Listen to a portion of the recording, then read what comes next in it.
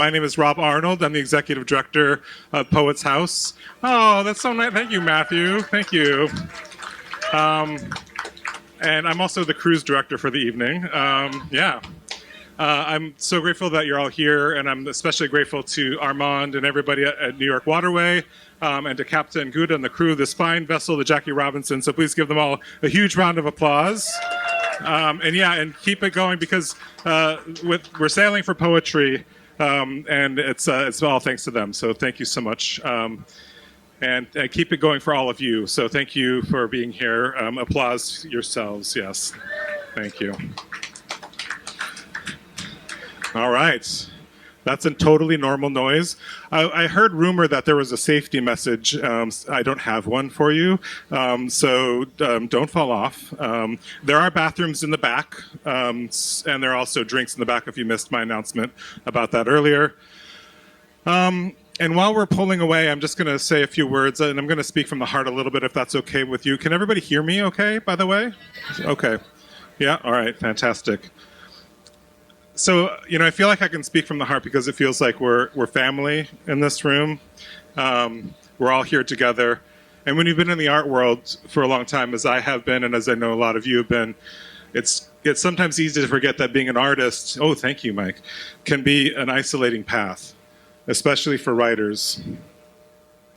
Give it up for Mike, by the way. Thank you, Mike. So being an artist is an isolating path. And after feeling that isolation, the prospect of finding your people, finding your family, is revelatory.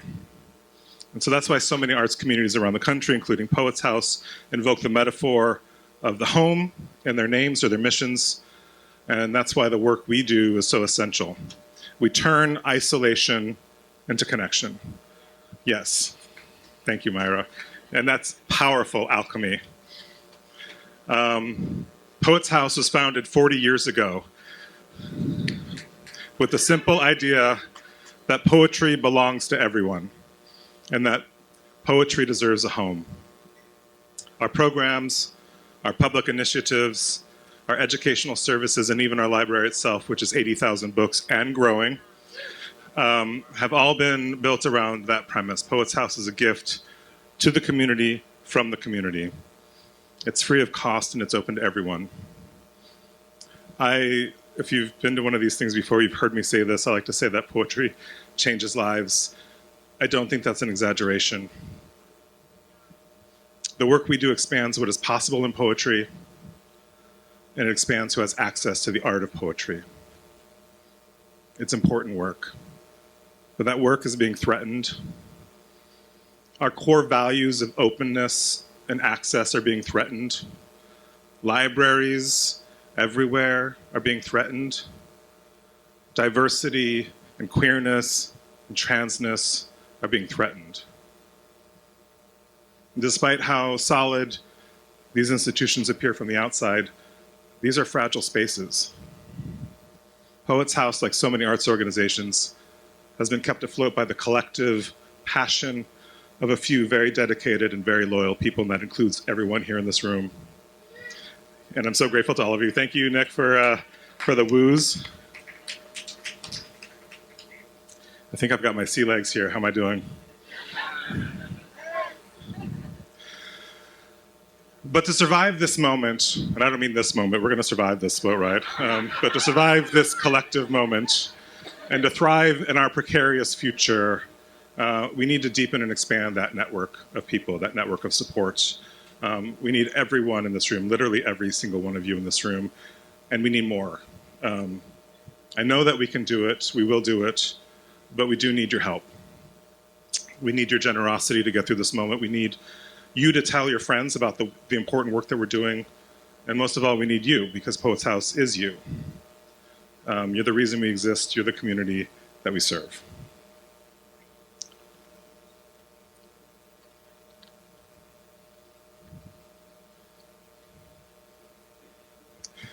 So I mean it when I say thank you.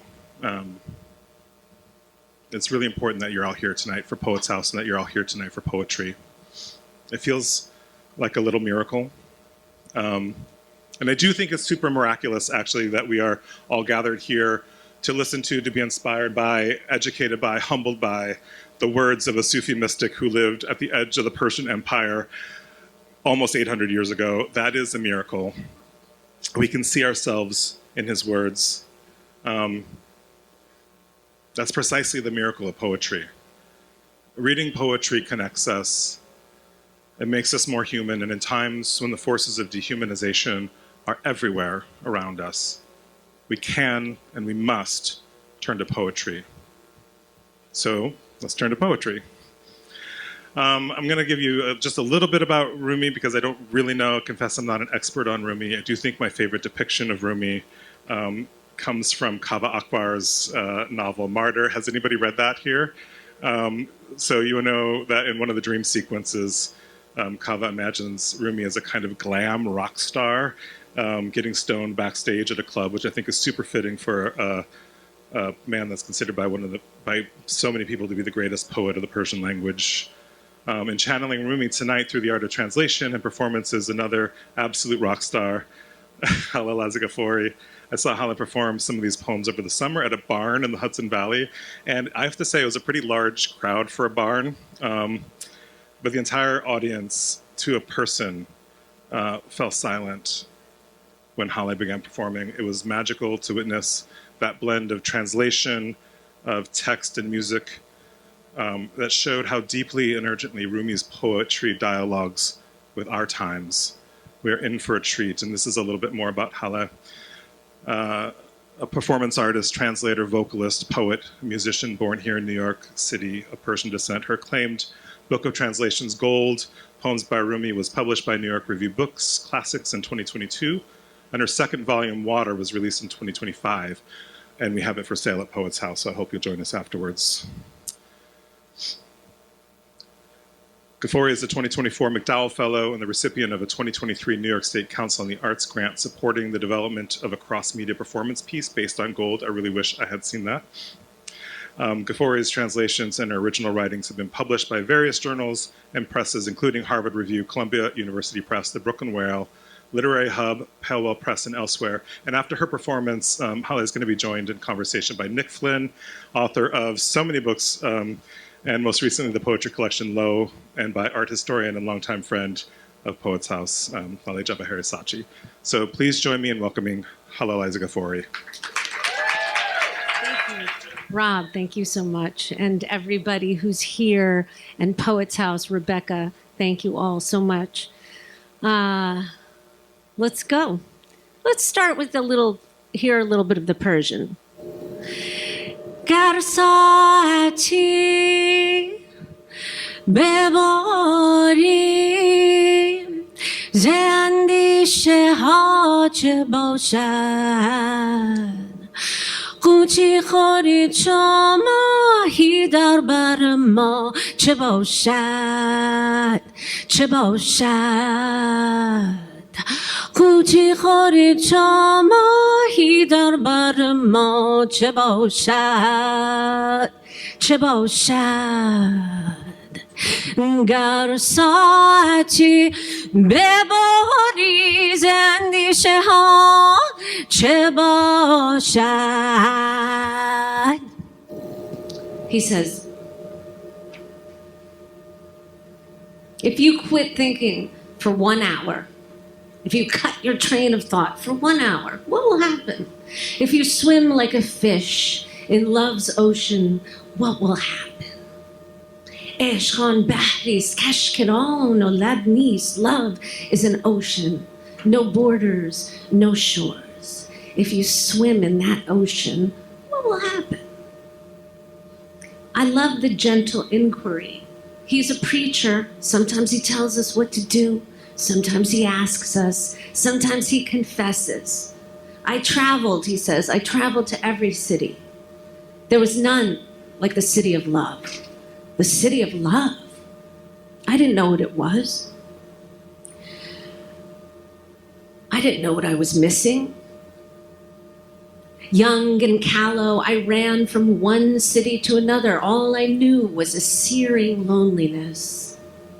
I walked straight out of love's honeyed fields. I walked straight out of love's honeyed fields and like a beast grazed on whatever grass I could find.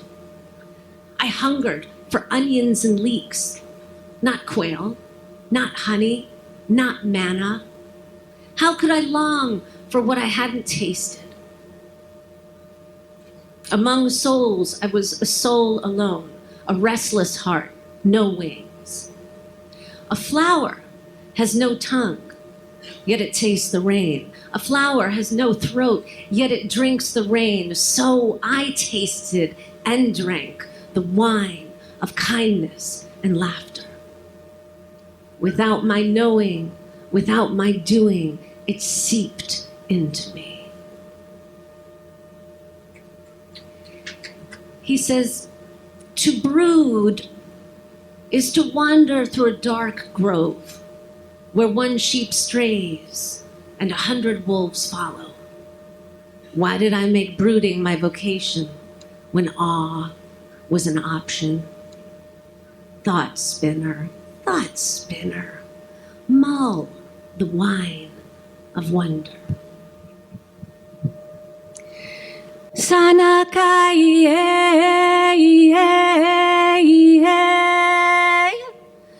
Sana tu maya go away, to way. Garsachi bebori zendishe hoche baushad. قوچی خورید شما هی در بر ما چه باشد چه باشد.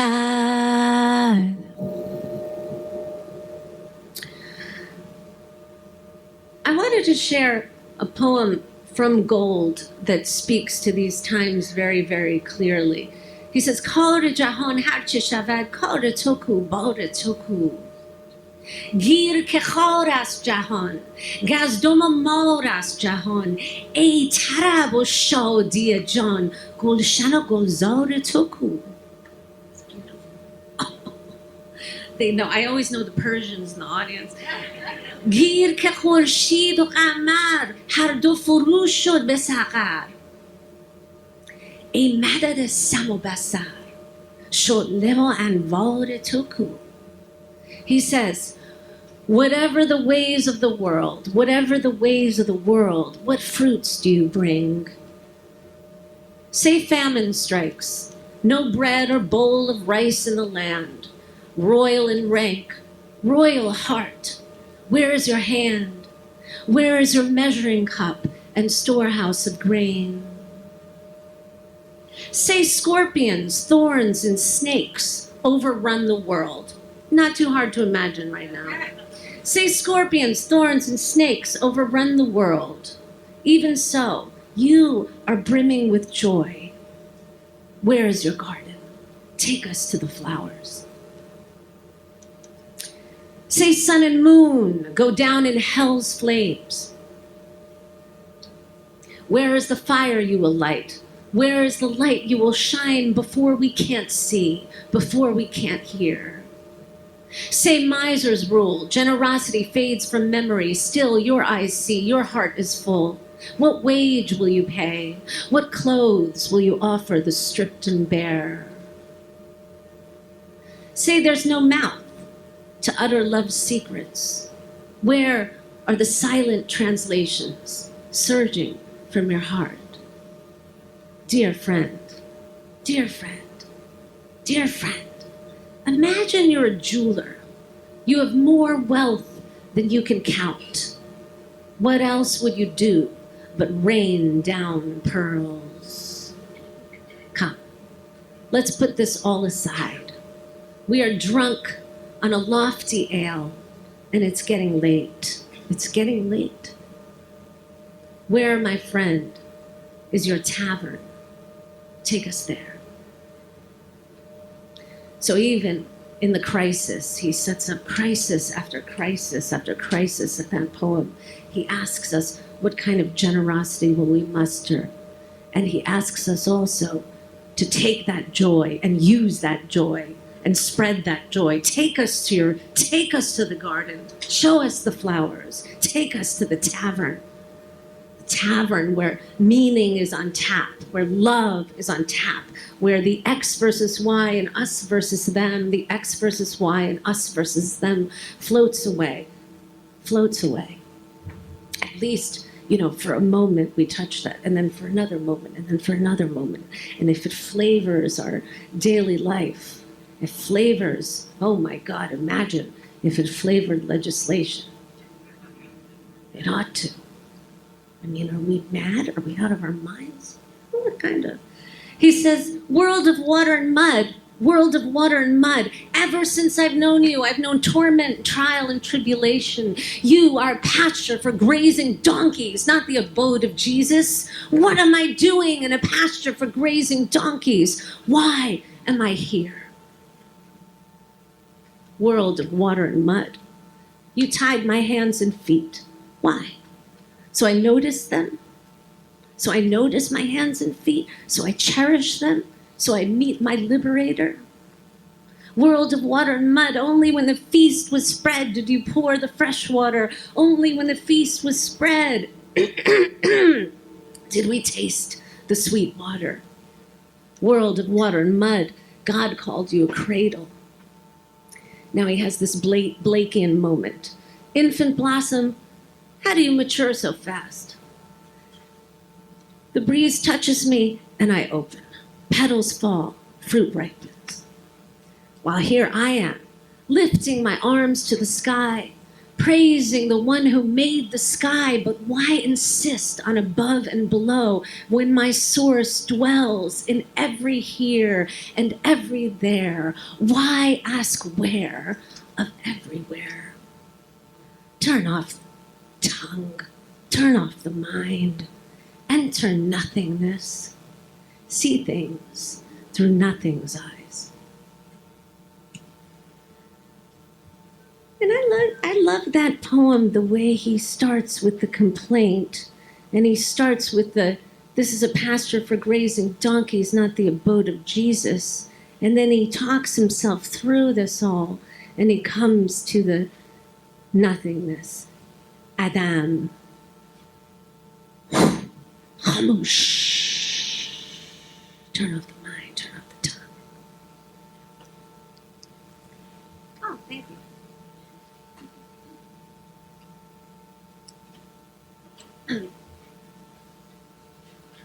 This is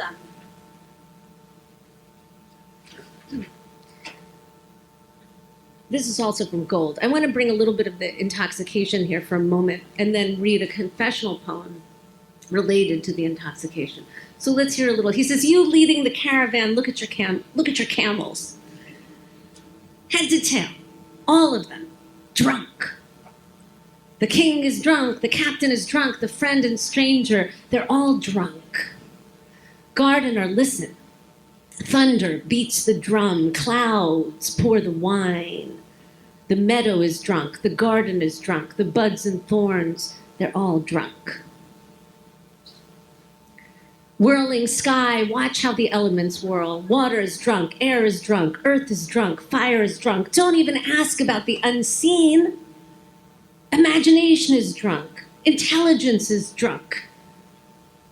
And the mysteries of eternity, they're the drunkest of all. Liberate yourself from the tyranny of self. Be humble as soil, and you will see every particle of soil is drunk on love by the Creator's design. In winter, the trees are still drunk. The roots are secretly sipping wine. Okay, so he says, Bog, master, rog, master, runche, master, chor, master, ob, master, bod, master, chok, master, nor, master, ruh, master, agl, master, vah, master, asrar, master. Right, so mast is that word of intoxication. In another poem, he says, I wasn't always this love drunk, this crazed, rapt, and enchanted. Let's see, I'm not remembering it right now. Some of them I remember very well. Let's see. I wasn't always this love drunk, this crazed, rapt, and enchanted. I was a hunter, he says. Charming, calculating, strategic. Ah, thanks. Great. Great. Great. I wasn't always this love drunk, this crazed, rapt, and enchanted. Driven by reason, on guard, I was a hunter, calculating, charming, strategic. The heart is a tender thing, pulsing with blood, pulsing with life. That wasn't me. I wanted answers. What is this? What is that? And what will they be tomorrow? Awe? I knew nothing of awe. And the awestruck, those free from the gnawing need to know the unknowable, they didn't impress me. Sit down with me. You're a smart one. Consider what I was and what I no longer am. I wanted to be kingpin, top dog, bigger than big. Like smoke, I climbed greedily, going nowhere, a crooked plume, wayward, drifting over parched land, thirsty for meaning. I didn't know when love hunts you down, when you fall prey to love, you only rise higher. Continuing my futile climb, I fell. I fell like a gem out of a pile of dirt, not a hoarder of treasure. Treasure. And that constant flipping of the script on hierarchical thinking, constantly demolishing hierarchical thinking. When he says, look at me, of all at this feast, I'm the lowest of the low. I'm so far gone in ecstasy, I can't tell up from down. When he says, ای شاه عشق پرور مانند شیر مادر به رقصا, love-spreading king. Imagine that. Rare king, true king, nourishing as mother's milk. Come and dance. He says, آفتابا بار دیگر خانه را. I'm going to start it lower. That was a little high. آفتابا بار دیگر خانه را پر نور کن. آفتابا بار دیگر باغ را سرسبز کن. دشت را و کش را پرحله و پرهور کن. آفتابا بار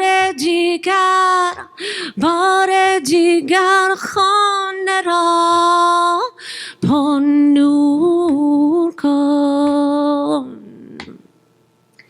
از پس کوهی برا و سنگها را لعل ساز. آفتابا بار دیگر باغ را سرسبز کن. Sun in the heart, sun in the soul. Sun in the heart, sun in the soul. The sun in the sky pales before you. Sun in the heart. Sun in the soul. Fill the house with light again. Rise over the mountains. Make rubies out of stones. Ripen the grapes. Sun in the heart, sun in the soul. Doctor, beacon, take our hands, use our hands, cure the ill and ailing. As passe kuhi bera, vasang horo souls. Rise over the mountains, ripen the grapes, make rubies out of stones. Bare digar khure horo, pokhte vo angur kon. He says, it would be criminal to let clouds hide you. Sun in the heart, sun in the heart, sun in the heart. Unveil your face and brighten our dim world.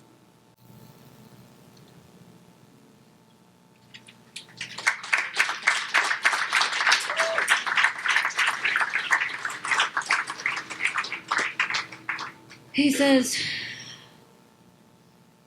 you can't put out a fire, dear boy, with another fire. You can't wash my heart's open wound with another's blood. You can't wash my heart's open wound with another's blood. That's it. That's all you have to say. He says, my heart breaks when I look out on the old turning wheel of the world, the trickery, the snares, the deception. My heart breaks when I see pain planted in the soil. What will it yield but more pain? What the world has called work, I work hard not to do. Man, چگونه برقی آخر که کش میسوزی؟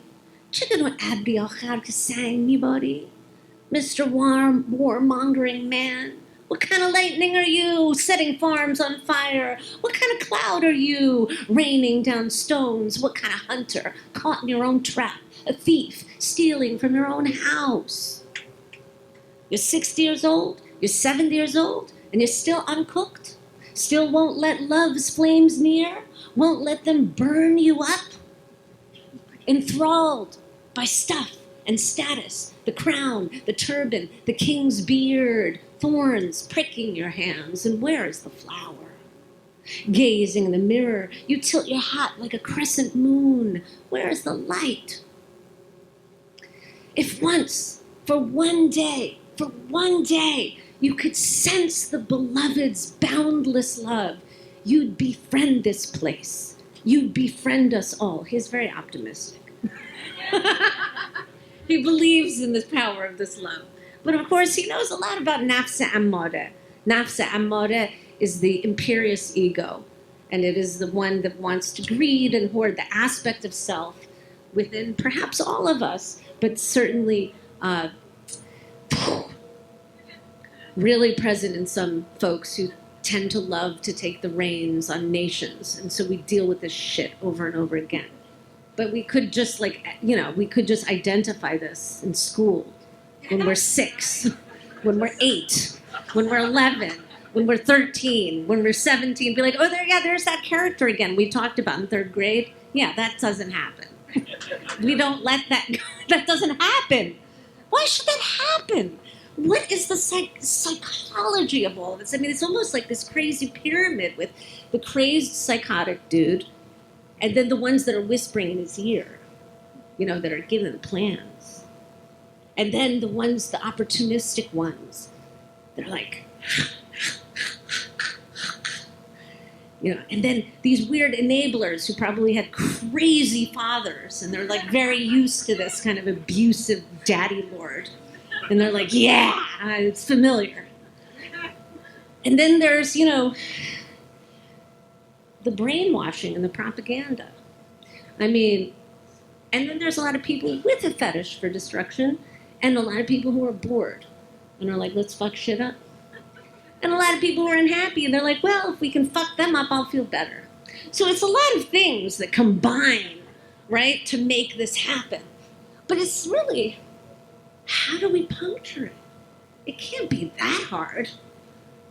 But it's communication, it's dialogue. I mean, but it's hard to penetrate the bubbles.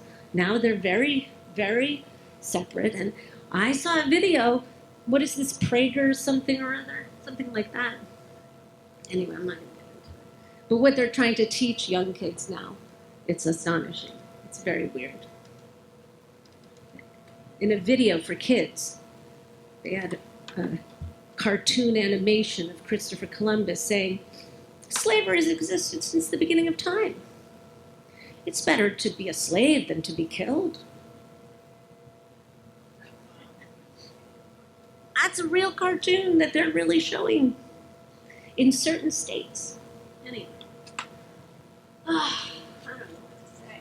You know, and then there's Rumi, our 800-year-old mystic, talking to us and beseeching us and telling us, oh God, if you only knew what you have here, this beauty all masked, the water is drunk, that we have at the primordial root of our being some kind of unfathomable love that has enabled all these little atoms and molecules to come together to make a harmonious being. What a fucking miracle that we are here to be sentient and conscious on this beautiful earth. Beautiful earth. What a great planet. I've seen some other ones. You know, this one's pretty great. This one's really something. Anyway, there's all these moments of calling us to wonder and to gratitude. And let me see. I'm going to wrap it up here because we're going to talk. But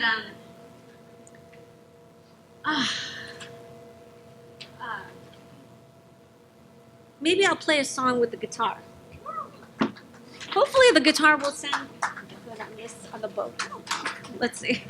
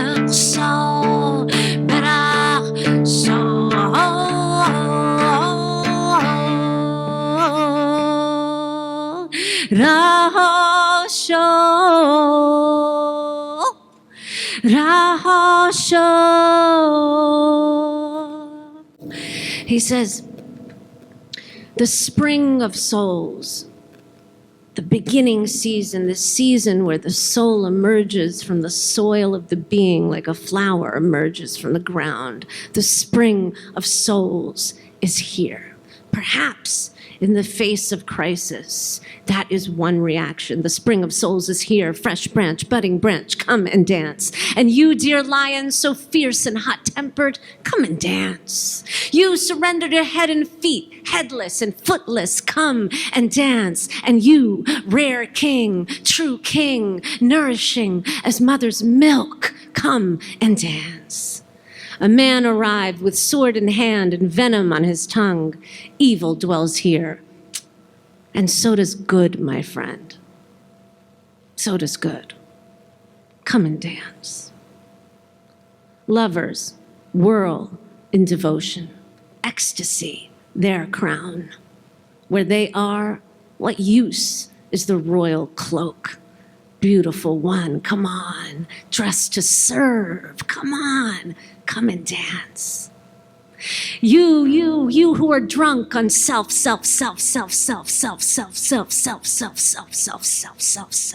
Union is your destiny. Dissolution is your destiny. The map is in your hand. Taste the rapture now. Come and dance.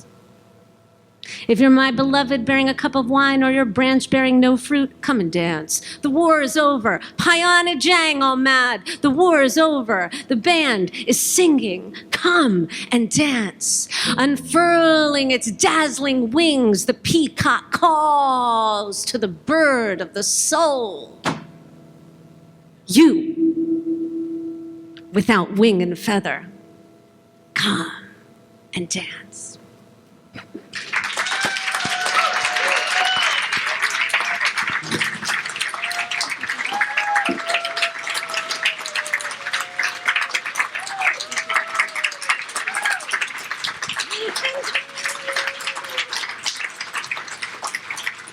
I have to say I've got some, Homeland, great album, Laurie Anderson. It's good to see you right here. Thank you.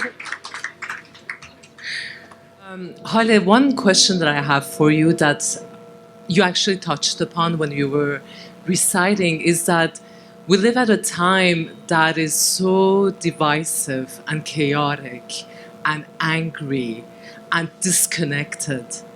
And yet Rumi is one of the most read poets in the world. And I just want to ask you, do you feel, you who are so acquainted with him, do you feel that our world is even able to receive his messages? Well, it's interesting. I remember when I lived in San Francisco, I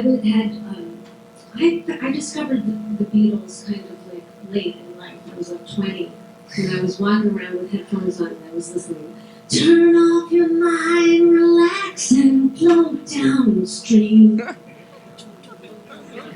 This is hot time. And I was like, this is being, and I was just like, yes! And I was sober, but I was feeling it. And I thought to myself, how is it that this song existed, so many, like decades ago, and the world is the way it is? I mean, I know that's a very naive thought, but sometimes I'm astonished by how much wisdom the sages have carried, and how little it seems to impact, our world in terms of the big systemic structures. Of course, it impacts us personally, hopefully, and always. And I think many people have ears for this stuff, and all of the wonderful sages. I mean, we're constantly engaged, many of us, with the many traditions, the healing traditions of the world. And yet it's baffling, that then our leaders become the ones most disinterested in that stuff. Absolutely. How are they leaders? And so then we're all grappling with that all the time. But it's kind of this weird delusional state that we're in, or we're in this weird paradox where it doesn't make it, how is that possible? That those become our leaders. It's so baffling. But I don't think that's a reflection. I do think people want to to slurp that, but Yeah. which led me to ask you. I mean, how badly do we need Rumi?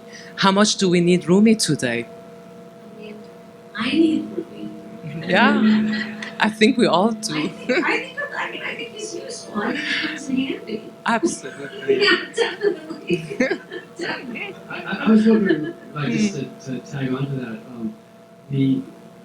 when you were saying, like, a lot of Rumi's poems, they deal with a lot of the same issues that we're dealing with now. There's turmoil in the world, there's greed, there's avarice, there's people acting small. So there's that, and it makes me think, I did a sort of deep dive for many years into Blake. And Blake, has the whole, it's the beginning of the industrial age, and he's warning about the apocalypse to come, and about slavery and being the greed of capitalism and the destruction of the environment. And does that, like, to look back, like, 200, 300 years to Blake, 200 years to Blake, 800 years to Rumi, and to see that we're wrestling with the same stuff, does it bring you comfort or despair? I mean, yeah, no, it's disappointing. It's disappointing. I mean, when he says, when he expresses in that poem, World of Water and Mud, you are a pasture for grazing donkeys, not the boat of Jesus. What am I doing? A pasture for grazing donkeys. Why am I here? He's expressing that moment of frustration, where it's just like, I mean, really? It's 2025, really? We're really, like, talking like this? We haven't gotten to some kind of state of the garden? We haven't gotten to the garden yet? I mean, it's astonishing. So it does astonish me, and it does disappoint me, to be totally honest about it. And at the same time, it's like, look, I do my best in my life. I've been mean to my mom sometimes, Nobody's perfect. We're all trying to do, and I love my mother. I love her, but I've been sometimes not very nice to her. I mean, get that out of the video.